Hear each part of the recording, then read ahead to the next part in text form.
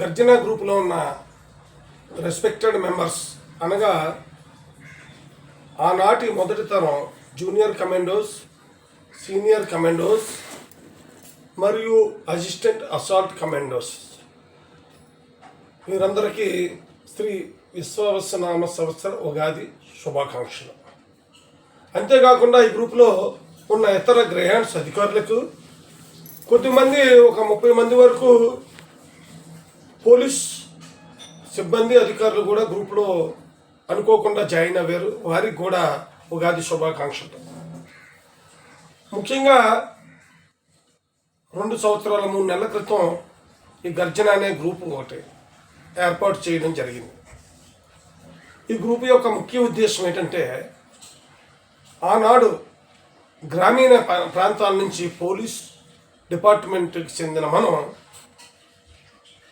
మహానగరమైన హైదరాబాదులో పోలీస్ డిపార్ట్మెంట్లో ప్రముఖ సంస్థగా స్థాపించబడిన గ్రేహాండ్స్లో కొన్ని సంవత్సరాల పాటు పనిచేస్తూ ఆయా ప్రాంతాల్లో వెంకటగిరి, కృష్ణానగర్, ఇందిరానగర్, రహమత్ నగర్ ఇటువంటి ప్రాంతాల్లో ఒకే చోట కలిసిమెలిసి ఒక కుటుంబ సభ్యుల్లా తిరిగిన మనం 2.5 దశాబ్దాల పాటు విడిపోయి, ఒక విధంగా చెప్పాలంటే 2 రాష్ట్రాలుగా కూడా విడిపోయాం. మనం చాలామంది మనం అంతా ఒకటే, విడిపోయినా మనమంతా కలిసి ఉన్నామని చాలా పచ్చి అబద్ధాలు చెప్తున్నారు. ఇది చాలా రాంగ్. ఆంధ్రప్రదేశ్ గవర్నమెంట్ ఏర్పడింది, తెలంగాణ ప్రభుత్వం ఏర్పడింది. తెలంగాణ గ్రేహాండ్స్ హెడ్ క్వార్టర్ వచ్చి Hyderabad, Andhra Pradesh Greyhounds head quarter వచ్చి వైజాగ్. కలిసి ఉన్నాయని ఎందుకు అబద్ధం చెప్తున్నారో నాకైతే అర్థం అవటం లేదు. ఉన్నాం మనం, విడిపోయాము. 3 ప్రభుత్వాలు తెలంగాణలో ఏర్పడ్డాయి, 3 ప్రభుత్వాలు ఆంధ్రప్రదేశ్లో ఏర్పడ్డాయి. నా ఆధార్ కార్డులో ఆంధ్రప్రదేశ్ అని ఉంటుంది కానీ తెలంగాణ అని ఉండదు. కాబట్టి దయచేసి విడిపోయాం మనం.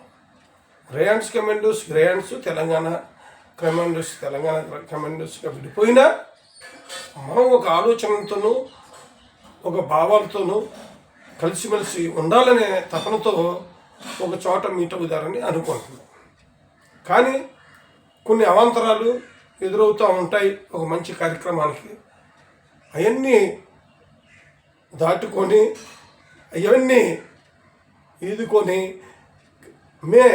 ఏదైతే 11వ తారీఖు ఆదివారం ఉందో ఆ రోజున మే 10 వచ్చి సెకండ్ సాటర్డే హాలిడే, మే 11 మెయిన్ ఫంక్షన్ ఆదివారము, మే 12 కూడా ఆప్షనల్ హాలిడే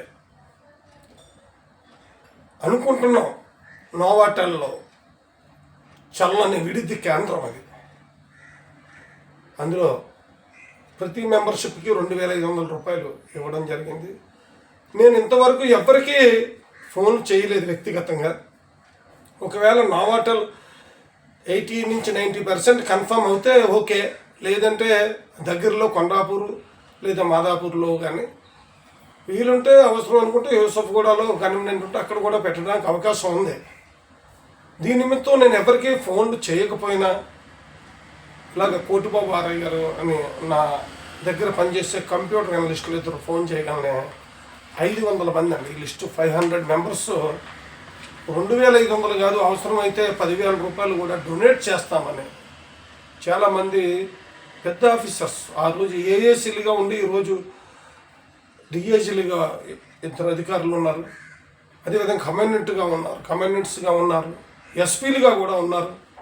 అందరూ కూడా ఒకటే ఆశ, ఆతృత, ఆందోళన, జరగదేమో అనే భయం, కలుసుకుంటామనే ప్రేమ, తపన అన్నీ సంఫాల్లో వారి మాటల్లో చెప్పడం జరిగిందని నా దగ్గర ఈ ఫీడ్బ్యాక్ తీసుకున్న హోంగార్డ్ చెప్తుంటే నిజంగా నేను చాలా అదృష్టవంతుడిని. మీ అందరికీ నా మీద నమ్మకం ఉంచిన ప్రతి ఆఫీసర్కి, ప్రతి నా సహచర మిత్రుడికి మరొకసారి నమస్కారాలు తెలియపరుచుకుంటూ, ముఖ్యంగా నేను ఎందుకు ఇది 1 మ్యాన్ షోగా చేస్తాము అని అంటున్నానంటే, ఇప్పుడు చెప్తున్నా మీకు, నేను ఒక 20-25 మందికి మాదాపూర్లో ఉంటున్న వాళ్ళకి, కొండాపూర్లో ఉంటున్న వారికి, యూసఫ్గూడలో ఉంటున్న వారికి హైదరాబాద్లో ఉంటున్న వారికి చెప్పడం జరిగింది. కానీ వారు బిజీ లైఫ్లో ఉండడం వల్ల వారు నేను అనుకున్న వాళ్ళని కలవలేకపోయారు. దానివల్ల నేను కొద్దిగా ఫీల్ అవి సింగిల్గా చేద్దాం కొంతమంది సహాయం అనే ఉద్దేశంతో ఈ పవిత్ర కార్యక్రమం కింద భావించాను.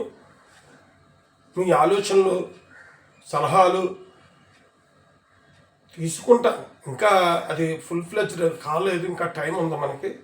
కానీ మీరు రిచ్గా రాయల్గా రండి, హ్యాపీగా రండి, ఫ్రెష్గా రండి, రీఫ్రెష్ అయ్యి వెళ్ళండి.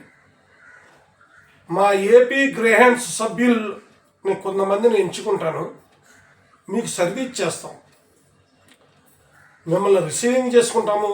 అవసరం అనుకుంటే మీరు తిన్న ప్లేటును కూడా చేతులతో వెత్తి సర్వీస్ చేసే వ్యక్తులను తీసుకుంటానని మరొకసారి తెలియపరుచుకుంటూ అందరికీ ప్రత్యేకమైన నమస్కారాలతో కోటిబాబు, ఆర్ఐ, వైజాగ్ సిటీ.